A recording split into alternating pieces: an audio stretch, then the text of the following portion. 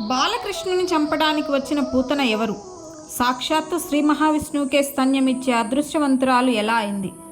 కృష్ణుని చంపటానికి ఒక అందమైన యువతలో వచ్చిన పూతన కృష్ణునికి తల్లిలా పాలిచ్చి అతని చేతిలోనే మరణించింది.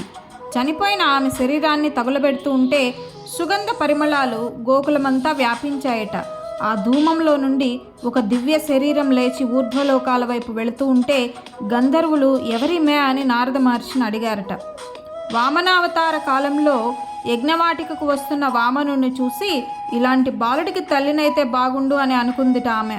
అందువల్ల కృష్ణునికి స్తన్యం ఇచ్చింది. బలిచక్రవర్తిని పాతాళానికి తొక్కేశాడన్న కోపంతో అతన్ని చంపాలని కూడా అనుకుంది. అందువల్ల కృష్ణుని చేతిలో చనిపోయింది.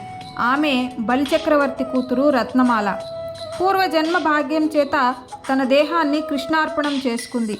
దుష్టులైన శిష్టులైన ప్రేమతో కానీ భక్తితో కానీ ద్వేషంతో కానీ ఏ విధంగానైనా పరమాత్మని చేరితే ముక్తి పొందుతారు.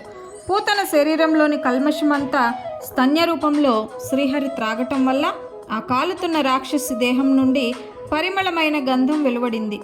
ఆమె మాతృభావనతో కృష్ణునికి పాలిచ్చినందువల్ల అమృతమూర్తి అయింది.